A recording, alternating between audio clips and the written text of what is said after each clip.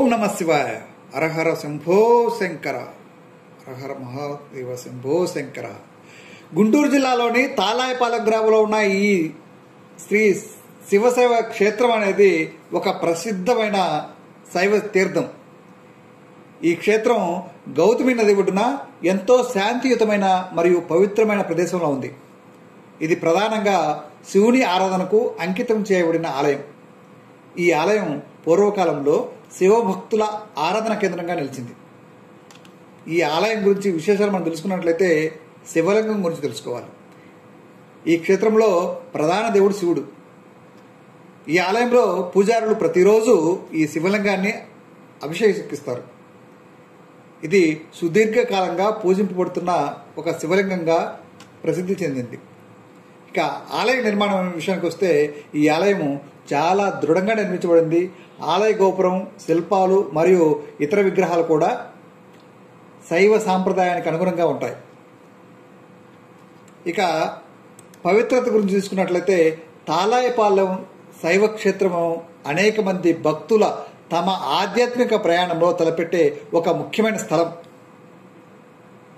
గౌతమి నది ఒడ్డున ఉండడంతో ఈ క్షేత్రం పవిత్రతను మరియు దైవీయతను అందిస్తూ ఉంటుంది. మహాశివరాత్రి ఉత్సవాలైతే ప్రతి సంవత్సరం మహాశివరాత్రి రోజున ఆలయంలో భారీ ఉత్సవాలు జరుగుతాయి. ఈ పండగకు విస్తృతంగా భక్తులు హాజరవుతారు. మరియు ఈ సందర్భంగా ఆలయంలో ప్రత్యేక పూజలు, హోమాలు, ఇతర ఆధ్యాత్మిక కార్యక్రమాలు ఎన్నో నిర్వహిస్తారు. తీర్థయాత్ర స్థలం గురించి తెలుసుకున్నట్లయితే ఈ క్షేత్రం శివభక్తులకు అత్యంత ముఖ్యమైన తీర్థయాత్ర స్థలం. భక్తులకు ఇక్కడికి రావడం వలన పుణ్యఫలాలు పొందుతారనే ఒక ప్రగాఢమైన నమ్మకం. ఈ ఆలయ ప్రాధాన్యత గురించి మాట్లాడుకున్నట్లయితే తాలాయపాలెం శ్రీ శైవ క్షేత్రం అనేది గుంటూరు జిల్లాలో ఉన్న ఒక ప్రముఖ ఆలయం మాత్రమే కాదు, ఇది దక్షిణ భారతదేశంలో ప్రాచీన శైవ సాంప్రదాయానికి చెందిన ముఖ్యమైన ఆధ్యాత్మిక కేంద్రంగా విరాజిల్లుతుంది. ఈ ఆలయాన్ని సందర్శించడం వల్ల భక్తులు అనేక ఆధ్యాత్మిక అనుభవాలు పొందుతారు. ఈ ఆలయం తన చారిత్రక మరియు ఆధ్యాత్మిక ప్రాధాన్యత కారణంగా ముఖ్యంగా శివుని భక్తులకు మరియు పర్యాటకులకు ఒక ముఖ్యమైన గమ్యస్థానంగా మారింది. ఈ ఆలయంలో చెప్పాలి అంటే ఎన్నో ఆలయాలు ఉన్నాయి. ముఖ్యంగా ఈ ఆలయంలో కోటి శివలింగాలతో పాటు ఆ ప్రాకారంలో ఆ చుట్టూ ఉన్న అనేక గణేశుడికి సంబంధించి, శివుని కుమారుడికి సంబంధించి ఎన్నో పేర్లు, మనకు తెలియని ఎన్నో పేర్లు తోటి గణేష్ మహారాజు మనకి దర్శనమిస్తాడు. మాటల్లో చెప్పలేం, అంత అద్భుతం, మహాద్భుతం అని చెప్పొచ్చు. ఆ శివలింగాలు, కోటి శివలింగాలు ఉంటే ఆ శివలింగాల చుట్టూ అనేక రూపాల్లో గణేశుడు దర్శనమిస్తూ ఉంటాడు. మన జీవితం పావనమైపోతుంది. మన దర్శన భాగ్యం నిజంగా మాటల్లో వర్ణించలేం. అలాంటి ఆధ్యాత్మిక చింతన కలిగిన ఈ మహాక్షేత్రాన్ని తప్పకుండా ప్రతి ఒక్కరూ దర్శించండి, సందర్శించండి, పునీతులు కండి. అంతేకాదు ఈ ఆలయానికి ఎన్నో ఎన్నో విశిష్టతలు ఉన్నాయి. దాదాపు 20 కేజీల పైగా బంగారంతో తయారు చేసిన శివుని విగ్రహం ఇక్కడ ఉంది.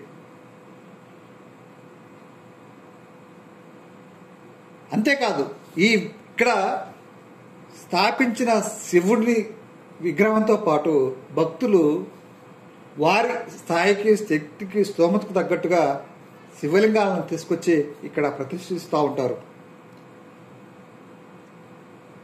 నిత్యం కొన్ని వందల మంది, వేల మంది భక్తులకి నిత్యాన్నదానం జరుగుతూ ఉంటుంది. తాలాయపాలెం అనేది ఒక చిన్న గ్రామమైనా కూడా ఆ గ్రామంలో ఈ శివక్షేత్రం గురించి చెప్పాలంటే మాత్రం మాటల్లో సరిపోవు. ప్రత్యక్షంగా దర్శించుకోవాల్సిందే, దర్శించుకొని పునీతులు అవ్వాల్సిందే. ఇంకా అనేక విశేషాలు మనం తెలుసుకోవాలంటే ఈ ఆలయానికి మనం స్వయంగా వెళ్ళాలి. అక్కడ ఆలయ పూజారులు కానీ, ఆలయ నిర్వాహకులు కానీ, ఆలయానికి వచ్చే అనుభవం కలిగిన భక్తులు కానీ, ఆరాధించే భక్తులు కానీ వారి మాటల్లో మనం ఇక్కడ ఆలయ ప్రాచుర్యాన్ని మనం తెలుసుకోవచ్చు. జీవితంలో తప్పకుండా ఏదో ఒకసారి ఈ శివక్షేత్రాన్ని సందర్శించాల్సిన ఆవశ్యకతను మీకు గుర్తు చేస్తూ ఈ ఆలయ విశేషాలు తెలుసుకుంటూనే ఆలయ పరిసరాలని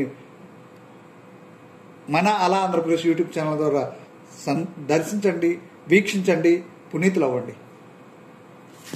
ఓం నమ శివాయ. హరహర మదేవ శంభో శంకర. ఓం నమ శివాయ. ఓం నమ శివాయ. ఓం నమ శివాయ. ఓం నమ శివాయ అనే నామస్మరణతో మారుమోగే ఈ శివక్షేత్రాన్ని తప్పకుండా సందర్శించండి. మీ జీవితాలు ధన్యమవుతాయని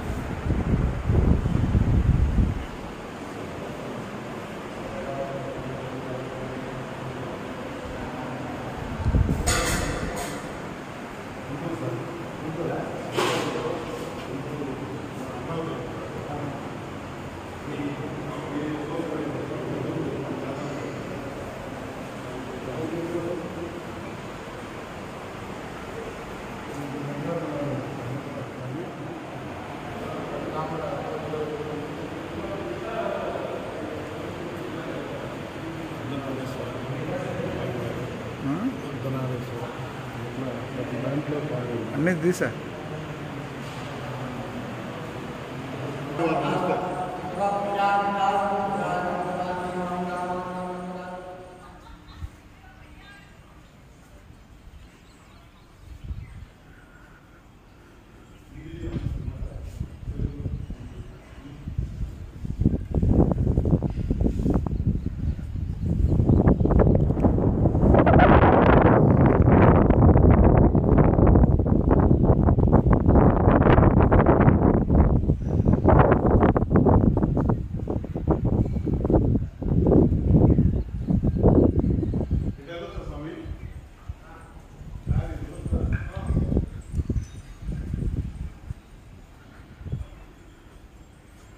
దిగొచ్చు రండి, ఎన్ని తీసేసుకొని చూపించేసుకొని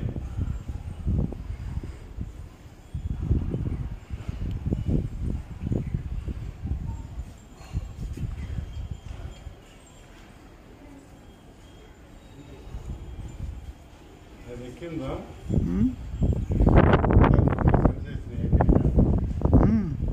అయితే స్టూడియోలో నీకు చూసుకోవాల్సింది.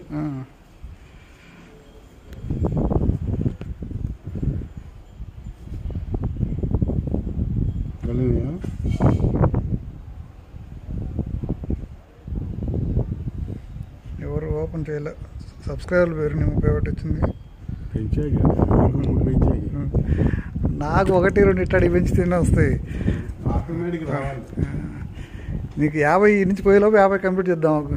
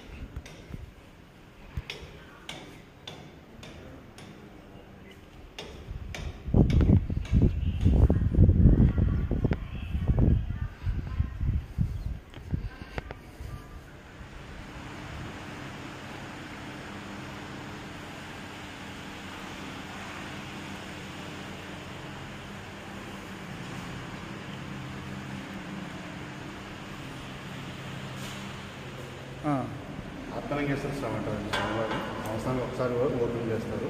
24 గంటలు శివరాత్రి ఒక రోజు మాత్రం ఓపెన్ చేస్తారు. ఓకే, నేను కూడా చేస్తాను.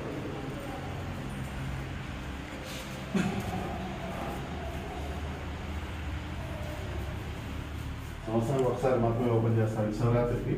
ఓకే, ఉంటారు. ఈలో మహాశివరాత్రి మా గురువు గారు శివస్వామి వారు వచ్చి మహాశివరాత్రి అభిషేకం చేసి మాత్రం నెలకు ఒకసారి చేస్తుంటారు. ఈ పార్వతీ పరమేశ్వరుడు అండి. పడెంపు సేవ కళ్యాణం చేయాలంటారు. ప్రతిరోజు పడెంపు సేవ జరుగుతుందండి. పార్వతీ పరమేశ్వరుడు కళ్యాణం అడ్వేపు జరుగుతుంది. ఆత్మలింగం ఉండేది. ఆత్మ ఇద్దరు కలిసినార్థం 24 గంటల పాటు శివరాత్రి రోజు తీస్తారు. ఆ ఒక్కరోజు మిగతా రోజుల్లో మూసుకుంటుంది.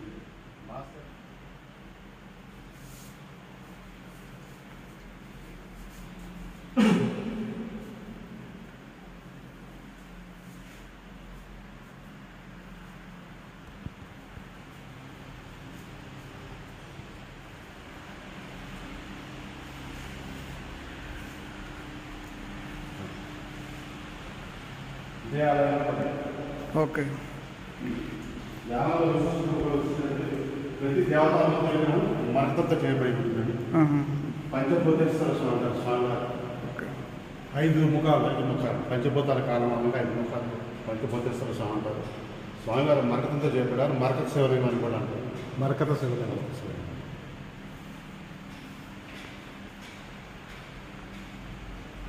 అలాగే పంచముఖ వినాయకుడు స్వామివారు కూడా మరకతంతో చేయబడి ఉంటారు. ఓకే.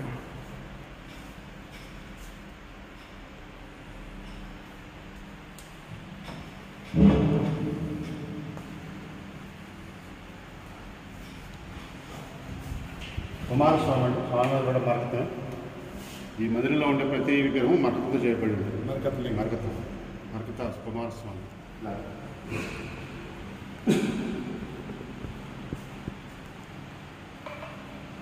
అమ్మవారు శ్రీ గర్భరక్షాంబిక అమ్మవారు కూడా మరణం చేయబడింది.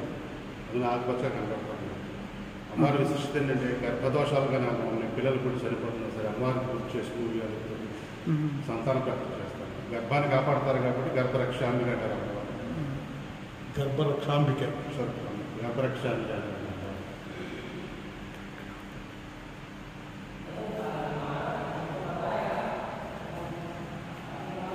మీరందరూ నయనార్లు అంటారు. శైవభక్తులందరూ నయనార్లు అని పిలుస్తారు. శైవభక్తులు శైవాన్ని శైవభక్తులు నైనార్లు. శైవం దక్షిణ భారతదేశం తమిళనాడు బాగా అక్కడి నుంచి వచ్చిన వాళ్ళకి చాలామంది నయనార్లందరూ తమిళనాడుకి అంతా నైనార్లు.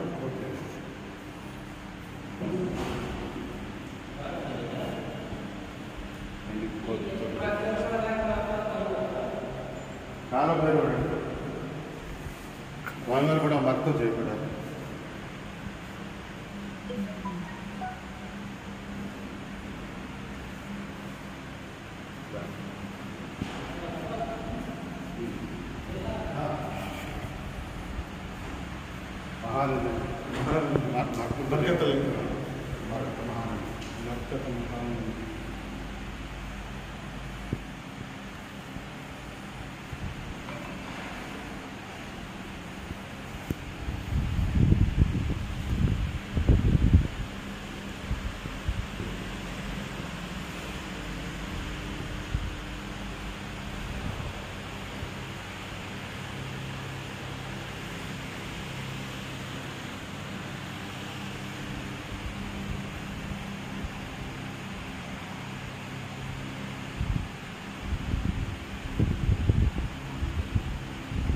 బ్రీఫ్గా స్థల పురాణం అని చెప్పగలరా?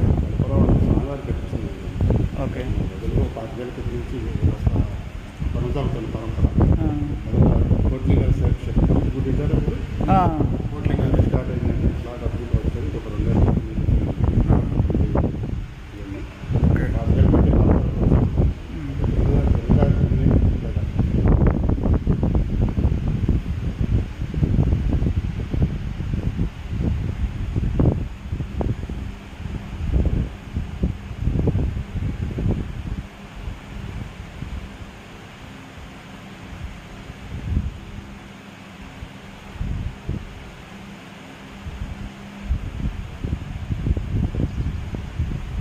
Thank you so much.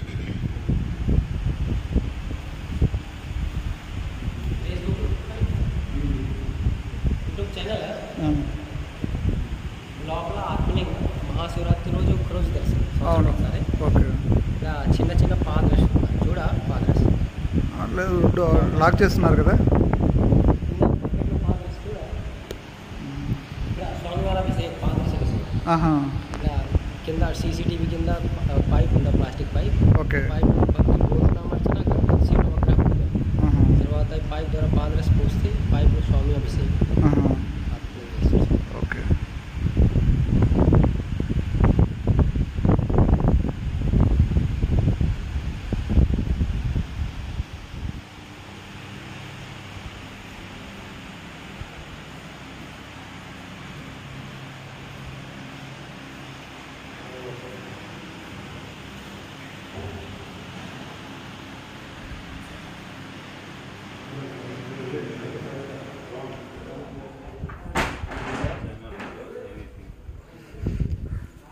బయటది చేసుగా బయట